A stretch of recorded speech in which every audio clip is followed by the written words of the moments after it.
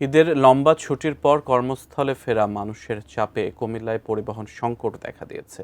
তীব্র গরমের মধ্যে ঘন্টার পর ঘন্টা বাসস্ট্যান্ডে কিংবা মহাসড়কের পাশে দাঁড়িয়ে থাকতে হচ্ছে তাদের।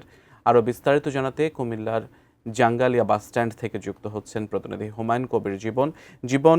পরিবহন সংকটের কারণ আসলে কি? মহাসড়কে যানজট কি আছে? সেই সাথে সাথে ট্রাফিক পুলিশের উদ্যোগ সম্পর্কে জানাবেন।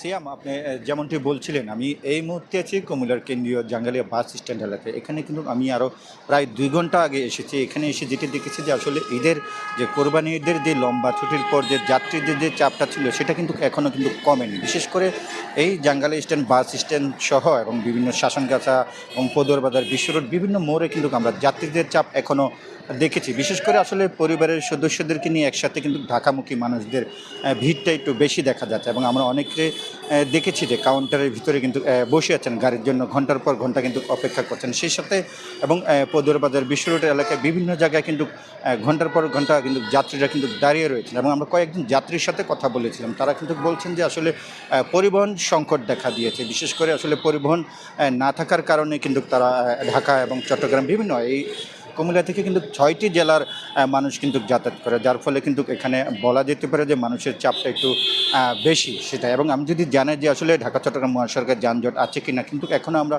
কোনো যানজটের খবর পাইনি। কিন্তু গাড়ির চাপ রয়েছে, সে সাথে কিন্তু এই পরিবহন সংকটের বিষয়টি আমাদের নজরে পড়েছে এবং আমরা এখানকার যারা পরিবহন মালিক তাদের সাথে কথা বলেছিলাম। তারা বলছেন যে আসলে একসাথে সবাই ঢাকামুখী এবং ঈদ শেষে একসাথে পরিবারের সদস্যদের নিয়ে রওনা দেওয়ার কারণে এই চাপটি হয়েছে এবং বিশেষ করে এখানে যারা চালক রয়েছেন, যাত্রী রয়েছেন, তারা কিন্তু বলছেন যে আসলে তীব্র গরমের ভিতরে কিন্তু তারা এই যাত্রীদেরকে সেবা দেওয়ার জন্য চেষ্টা চালাচ্ছেন। সেই সাথে কিন্তু যাত্রীরাও এই তীব্র গরমের ভিতরে আসলে কর্মস্থলে ফেরার জন্য তারা চাচ্ছেন। এবং সেই সাথে যদি বলি যে আসলে এক কথাই বলি যে এখনও কিন্তু যারা ঈদের উদযাপন শেষে যারা যাত্রী রয়েছেন তারা কিন্তু এখনও কর্মমুখী মানুষ কিন্তু চাপ কিন্তু কুমিল্লায় রয়েছে। তো সব কিছু মিলে এই ছিল কুমিল্লা থেকে আমার কাছ থেকে সর্বশেষ।